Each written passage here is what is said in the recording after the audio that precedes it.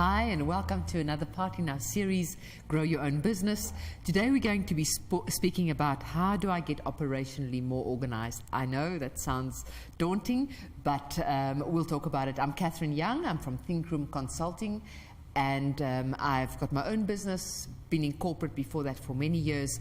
But more importantly, we've got a guest in the studio. Tyron, welcome to yet another session. Hello there, Catherine. Thanks a lot. For those guys who haven't actually met me yet, I'm Tyron Nell. I'm a founder of Hezuluba Business Management. We assist entrepreneurs in all aspects of ownership of their actual companies.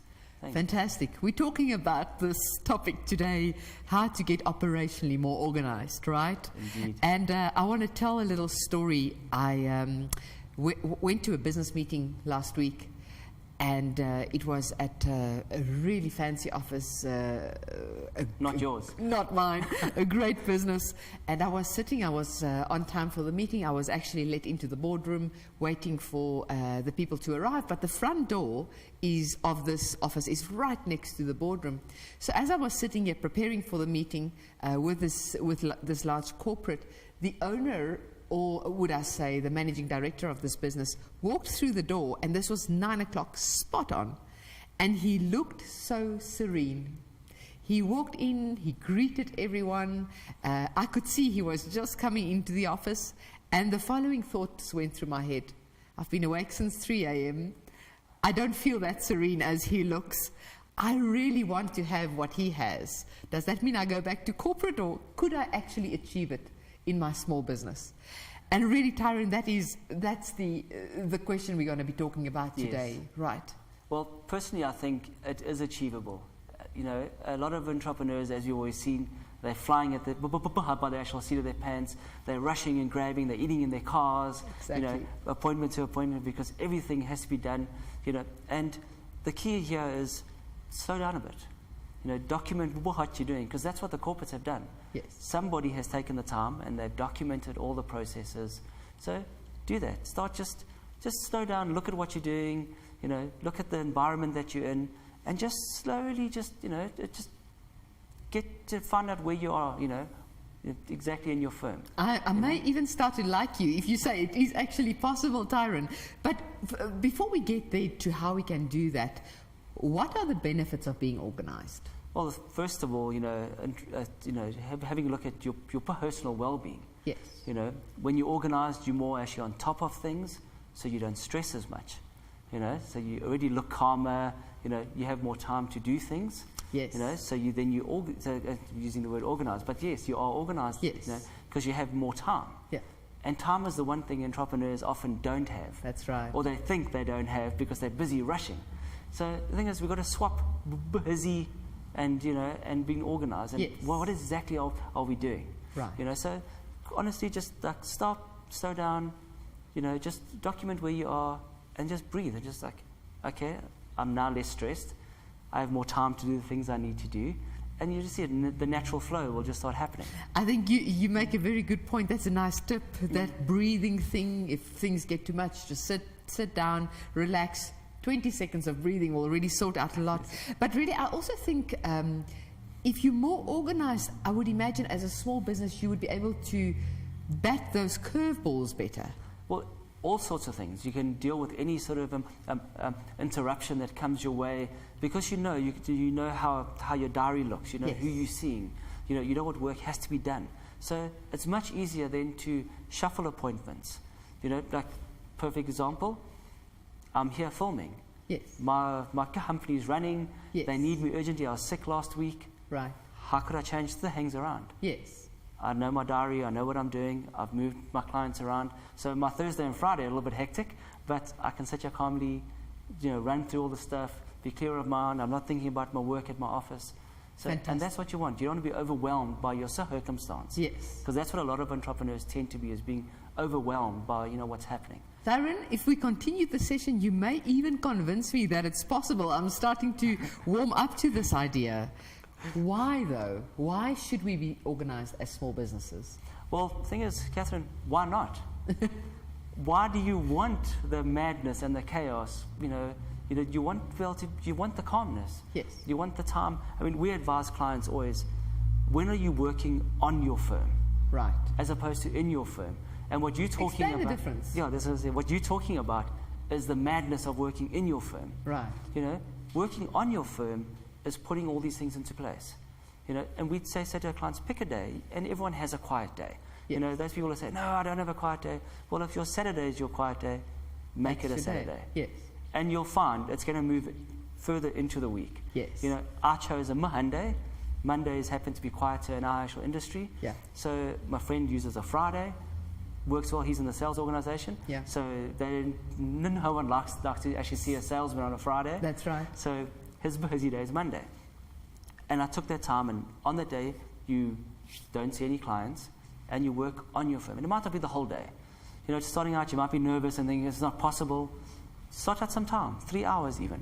You know, from the start of the day until lunch. So what you're saying is take a day in the week, if you can afford that day, or if you're scared about that, start with half a day. Absolutely. But then you focus on your firm. Yes.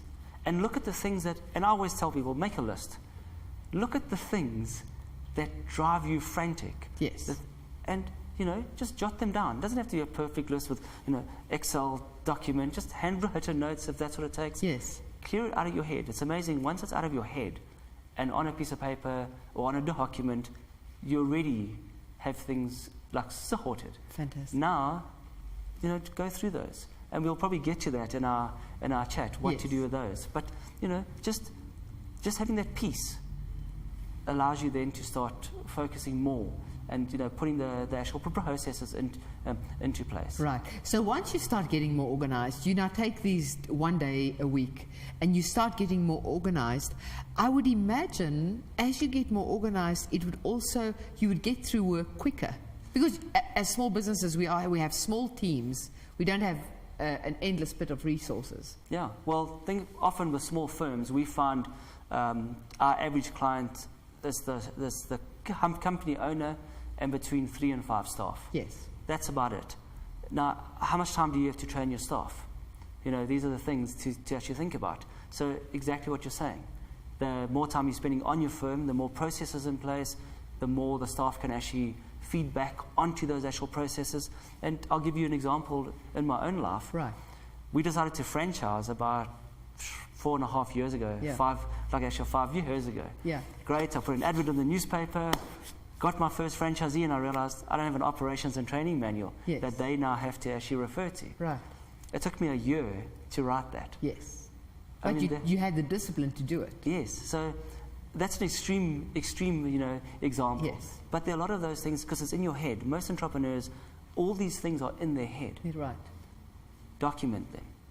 Document them. That makes so much sense. Because when your staff then need to refer to something, go look at the manual. That's right.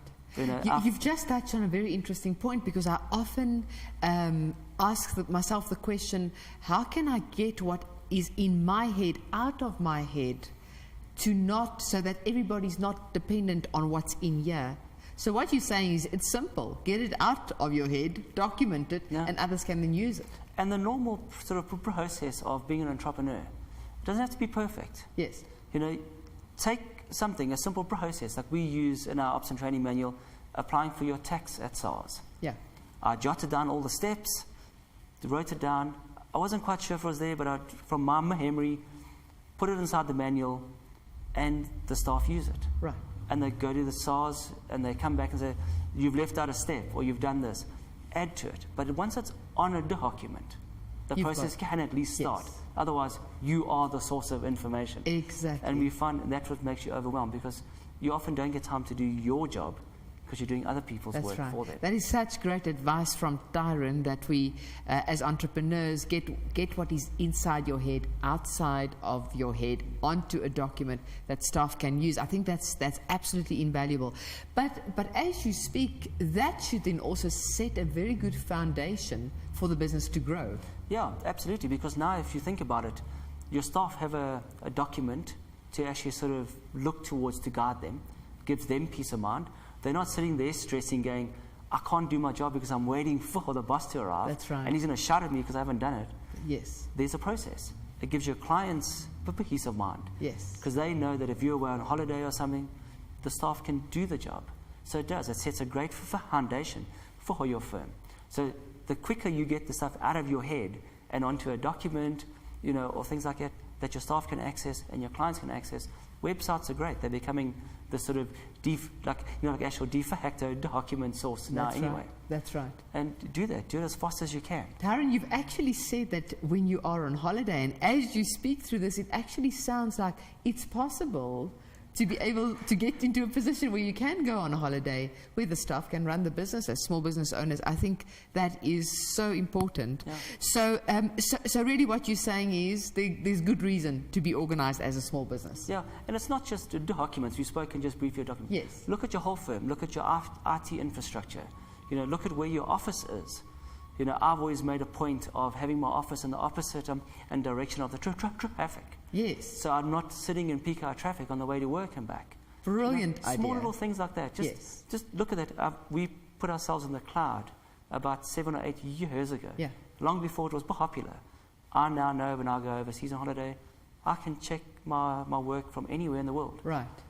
No, I'm not saying go to that extreme, but just look at your environment. It's not just about the paperwork, not just about those things, but your entire environment, and get it organized. So give me some, there's so many different components in our businesses, right? Administration, employees, the legals and the tax, etc., etc. Can we delve into that a little bit and give us some tips? How do we become operationally more organized across these various areas? Yeah, the thing is, unfortunately, startup entrepreneurs, we're doing all of these things ourselves. Yes. We don't have enough money yet to outsource them or employ the actual resources. And that's why it's a good habit, while you're doing your research and you're thinking about things, document them. Right. Do it now, before you have the frantic headache of running around with it. Yes. But go through each thing. Start with what is the most important in your day. Yes. And put that, because that you'll know immediately, out of your head. Right. So, and just pick each one. As I say, it's not going to be just focusing on one area. Look at your entire organization, how it interacts, with your clients. Yes. Is that an important thing? Do you only get paid by your clients if you can fax them a proof of that, the actual document has been handed in or something? Right. If that's the case, put something in place. Things like that. So there's no hard and fast rule. Unfortunately, every firm is different. I'd say look at your infrastructure and document all those steps that you think are actually necessary to actually drive your firm. So what advice would you give a small business owner in terms of taming their inboxes? You're on the road seeing clients, sitting in meetings, and the inbox is ticking along all the time. And invariably, small business owners end up doing that at night or early morning. What advice could you give on taming the inbox? It's been many years since I've started, actually running my firm. But I recall about 9 years ago, I stopped handing out my cell phone number to my clients. Wow, that's bold. That was at the time. I had a lot of abuse from clients.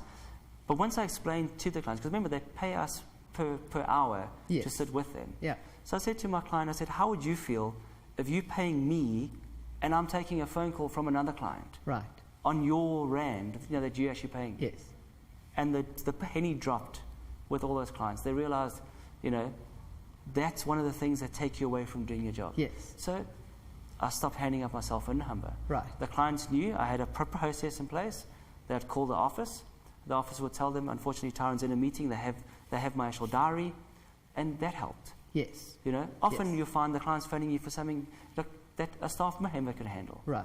So you got to get them into the habit, follow the processes, how that works, and the same works with with your email. Right. Because if you're the sole source of contact, you will have all the emails. That's correct. Follow the same process. It's hard. Once your staff understand their jobs, you delegate that down. Yes. I read a very interesting blog the other day about delegating, and I should say delegating your inbox to somebody who is office-based for a small business owner. And the concept is that you agree a protocol on how emails are answered, you get somebody access to your inbox, and you get them to respond on your behalf and give them the opportunity to contact you either through text message or Skype whilst you're not in the office. if they're not sure how to ask an email, but that the emails continue to flow and they BCC, they blind copy you on that response, so it comes as if it's from your name. I would imagine that means you've got to trust the person who sends it. They've got to have a good command of the language that you want them to communicate in. But that to me was an interesting concept, to delegate your inbox between the hours of 8 to 5 when you're sitting with clients in meetings. Well, the thing is, if you're looking at it as an entry-level firm, if you can't employ someone with that actual skill set, yes, we have email forwarding. Yes. So we can let the client know. They'll send us an email. Unfortunately, I'm here with Microsoft. I'm Yes. shooting. I'll see you in the morning. That's right. They know, because the thing is, clients will continuously phone if they don't know. Exactly. As soon as And how someone should they knows- know if you don't tell them? Exactly. So Yes. as soon as they know and they have access, they actually feel comfortable. They've got a response. They've been told, and then the next day you follow up, Yeah. and then everyone's happy. So, do you have any tips on note-taking in meetings and what you do with those notes? Unfortunately, I'm probably the worst person with that. Right. I count on my memory a lot, but yes, I'd say make as many notes as possible. Yeah. Maybe it's an age thing, but I find it uncomfortable with. I'm in a meeting with a client and they're using their cell phone. And you don't know if they're doing a text or they're taking notes with you. Yes. But whatever suits. I do make manual notes. Right. Very, very important. Yes. And also then see where you can almost introduce your staff to that process, That's right. so that they can come and take the notes at the meeting, Yes. because they're going to handle the work. That's right. That's such good advice, Tyron. I've experienced this in my personal capacity as the same. Because if you're in the meeting, the only person taking the notes, the action point sits with you and not with anybody else. What I really find helpful is one of the processes that I use is when I document my notes. I'm also old school. I do it by hand at this stage, but there's some great electronic ways. At night, I actually take a look at my notes and allocate them through Microsoft Tasks, through Outlook. Tasks work wonders for me at the office, but there's some other electronic tools. Can you tell us about that a little? Well, absolutely. I mean, I can speak from our firm's point of view. Yeah. We're one of the first and adopters of Office 365 Right. and the actual SharePoint program. And that's helped us a lot. We've actually built our entire franchise model on that.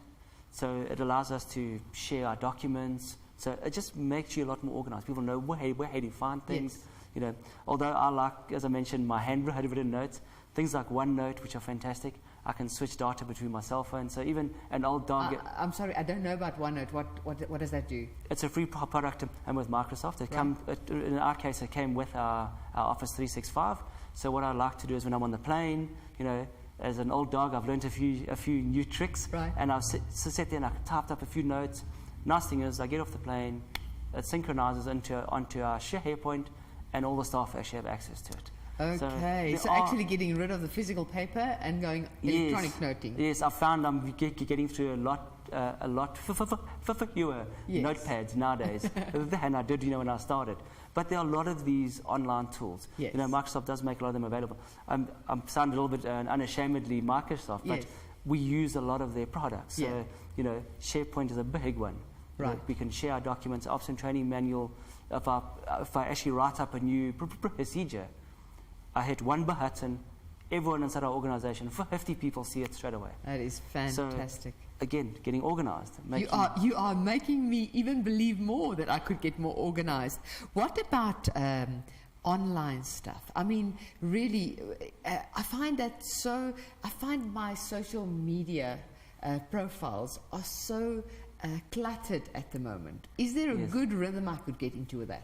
Well, it's like anything, like sales planning, any of those type of things. You set your schedule, you set where you're going. There are programs that you can use Yes. to manage your actual media. Yeah. But I'm finding the resources are so cheap nowadays that most smaller firms are actually outsourcing them. Yes. Because it's a lot simpler. Yes. So simple programs, they key in all the tasks, and they run actually automatically. So I mean, that's research. Find out what you need, what your firm needs, Yes. and set them in place. Do you think there's a place for incentivizing staff for becoming operationally more efficient? Absolutely.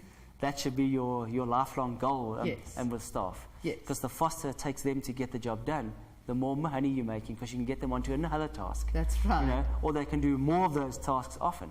Right. So definitely a lot more. And I suppose then balancing that with giving them the odd Friday afternoon off and say, you've worked down hard this week, go and have a good weekend. Yeah, but also a lot of small firms cry about not having funds for training, Yes. for staff training. You know, this forum that we are in now, Yes, send them on there to do training. that's right. It's free. That's right. Absolutely. Allison.com is another Yes, one. and where- it's fantastic because Yes. then, you know, your staff in their spare time Yes. can upskill themselves a lot more efficiently. Your firm runs a whole lot better. To me, it just makes sense. Fantastic. I can't think of a reason why, like, you're not going to want to do it and why you want to be stressed. You know, I just can't. That is awesome. In terms of legal issues, accounting issues, is there a way to become operationally more efficient there? Because again, you know, it sounds like we sort of, you know, raising the same points again. Yeah. You know, there are a lot of very simple accounting programs that can be used, but what we're finding is most clients really all they want to do is invoice, receipt mahoney, issue a statement. Yes. That's all they really Simple want as to know. that. They want as simple as that. So to go research accounting programs and accounting systems, Yeah. they don't really care. They're not actually interested in it. Same with the legal side. Get your basics, the hat you need. Right. That you've got all your basics in place, you've got your employment contracts, you've got your shareholders agreements, you know, the basic stuff that you need.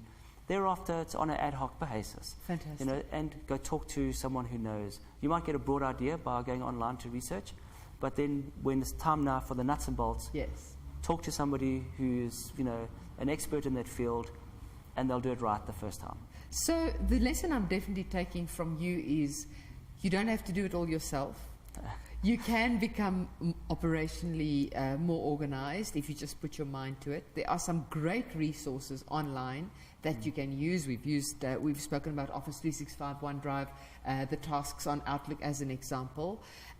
It's actually almost, as you're speaking to me about this, what's going on in my mind is it's almost a decision to want to become more effective.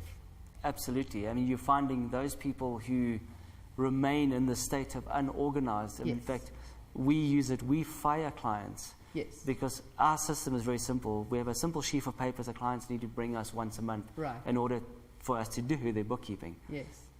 We say if the client's not even organized enough to bring a simple sheaf of papers, we don't want them as a client. So we Yes. actually turn them away Yes. because they're never going to make it. Yes. If you can't even get a pile of papers in a, you know, Yeah. like organized, how are you going to get an entire company organized? Right. So some people unfortunately do well in spite of themselves. Yes. But and the most of us, the quicker we get organized, the quicker we have free time, the better we are, the actual smoother our firms actually operate. That's fantastic And that's the way to advice. do it. Fantastic advice. Some other resources that we can go to get more organized efficiently, forming the habits that we spoke about. It takes time, but you want to do it. There's some self-help books on getting organized, some business mentors and accountants that Tyron has spoken about. And then there are some great Microsoft Office tools. I'm thinking of OneDrive as an example, OneDrive.com, OneNote as an example. I'm definitely going to go try OneNote. I haven't tried that yet. Fantastic. It sounds awesome to be able to get away from paper into electronic note-taking. Well, Tyron, thank you very much. That's been a very informative session. To all the entrepreneurs out there, I really hope this has inspired you to make the decision to become more organized. Thank you.